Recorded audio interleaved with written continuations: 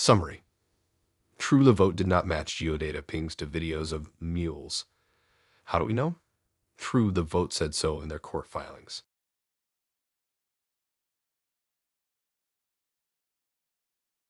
Andrews drop box video. This is Mark Andrews. He delivered his family's 5 ballots in October 2020, outside the Gwinnett County Voter Registration and Elections Building, the only location seen in 2,000 mules from the 2020 election. How do we know they were his family's ballots? SEB investigation. I've submitted over 15 well-researched complaints on everything from potential ballot trafficking violations. Call SEB case number 2022-054, Gwinnett County ballot harvesting. Morning. I'm Investigator DeWeese with the Secretary of State's office. The first case is 2022-054, ballot harvesting involving a white Ford SUV. Complainant sent in video clips of the white SUV approaching the ballot box at the government building in Gwinnett County. A male subject exits and places 5 ballots inside the ballot box. The video had the vehicle tag. I was able to find the registered owner and identify him and interview him. But prior to my interview, I researched his home and located 5 legal electors that lived inside the home, and they were all family members.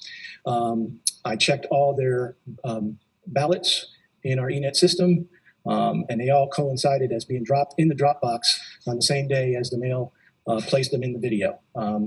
And they were all counted either that day or the very next day. So I then interviewed him and validated that he had more than 5 people living in his home, but the 5 electors all lived in that residence at that time, making all those ballots legal ballots. No discussion. We're ready to vote.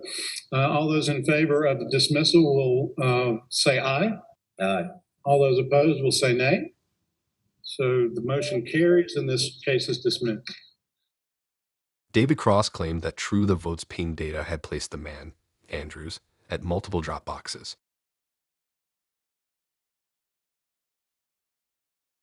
A private investigative organization, True the Vote, purchased billions of cell phone pings, and they identified this individual by tracking his cell phone pings to multiple ballot drop boxes. A few weeks before, True the Vote said that they had matched Andrews' cell phone pings to the video, The Charlie Kirk Show. All said the video. Now, this is Gwinnett County. It So is. before we play the video, though, you also suspected that that time place on the video would show you something because you had pings that showed that this individual was doing a route. Is that correct? And in addition to our open records efforts, we weighted all of the chain of custody documents. And so you could tell at this particular location what a typical day looked like, how many ballots they were typically getting, and then a spike. And ballot trafficking, by and large, it's the same way money laundering works. 100%. It's, when you see the cafe that has the $9,000 breakfast, like, wait a second. Yeah. Any auditor work like why did you have a big there was no one in the restaurant? There's also no one looking though, Charlie. There's no one looking. They produced these documents. They didn't care. I want to make a side point here, and I want to ask a question. Is it true that our elections are generally unsupervised by law enforcement? It sure seems that way. But we have our own opinions about that. It seems to me that whether it's law enforcement or anyone responsible for a process that might deliver a free, fair, and legal election, it's just not happening. So whether it's a supervisor of the process or law enforcement in general, they need to do that. Now, what we've since learned is that there were off-duty law enforcement officers that were paid for by the Republican Party that reported all of this and it was covered up. Who they reported to? The NRSC. The National Republican Senatorial Committee? Yes. Okay, let's watch this video here. This is Gwinnett County, is that right? Yes. Okay. And we can talk over the video as it's happening because there's no sure. sound. Okay, so a white SUV pulls up, middle of the day. What are we looking at here, guys? You're going to see a voter get out, or a mule get out. So this is a mule. This is one of your 2,000 that you've profiled? And Yes. they've got their ballots, and they walk up to the box. You can only fit a couple of ballots in at the same time. Is this the state of Georgia? Yeah. Yes. So you're not allowed to turn in more than one Right. unless That's it's for a correct. close relative? That's correct. And he's trying to figure out how to even get them into the box because he has so many he can't fit them in the little slot. So then he starts having to put them in one by one. Everybody's sitting there waiting on him. Now this is illegal. Silly. Right. Highly illegal to do this. Everyone past that first one was illegal. Well, there is a possible in that he could have been an assistor, which would have meant he would have had a signed envelope that would have indicated that he was an assistor in that capacity. But through our open records, we confirmed that Gwinnett County had no assistors. Okay. On the 5th of May 2022, over video of Andrews, Catherine Engelbrecht talked about using pings. Tucker Carlson tonight. And then when you had this infusion of private money that put these drop boxes in place that were largely unregulated, you know, that's just a recipe for fraud. You have inaccurate voter rolls catalyzed by this crush of mail-in ballots being deposited in drop boxes that are not being monitored. So what we thought was, what is a way that we can test a theory? Is there abuse or not? And we invested in a tremendous amount, 10 trillion cell phone pings, geospatial data, that allowed us to monitor the device movements around drop boxes, to develop patterns of life to determine whether or not unique devices were going repeatedly to drop boxes. 2,000 mules.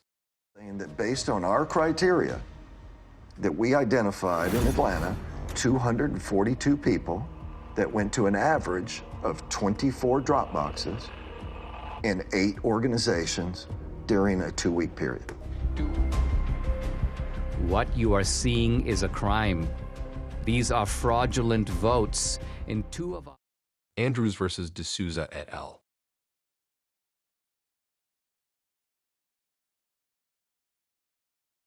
Plaintiff, Mark Andrews. Defendants, Dinesh D'Souza, True the Vote, Catherine Engelbrecht, Gregg Phillips, D'Souza Media, Salem Media, Regnery Publishing. True the Vote geo-data admission.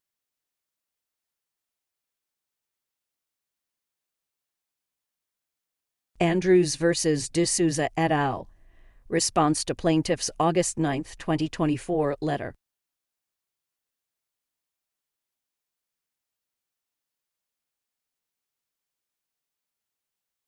Contrary to plaintiff's arguments, this case is not about True the Vote defendants' general methodology for its geo-trafficking analysis, which did not implicate plaintiff.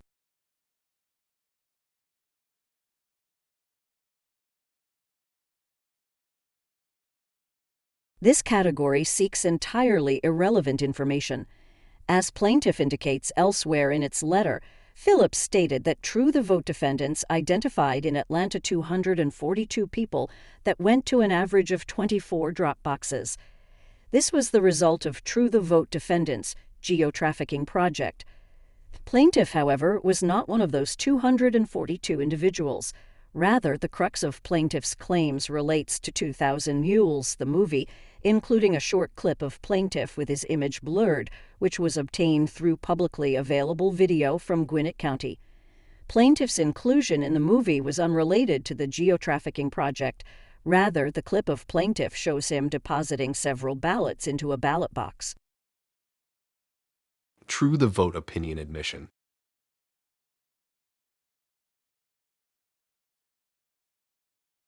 Brief in support of defendants True the Vote's, Catherine Engelbrecht's, and Gregg Phillips' motion to dismiss.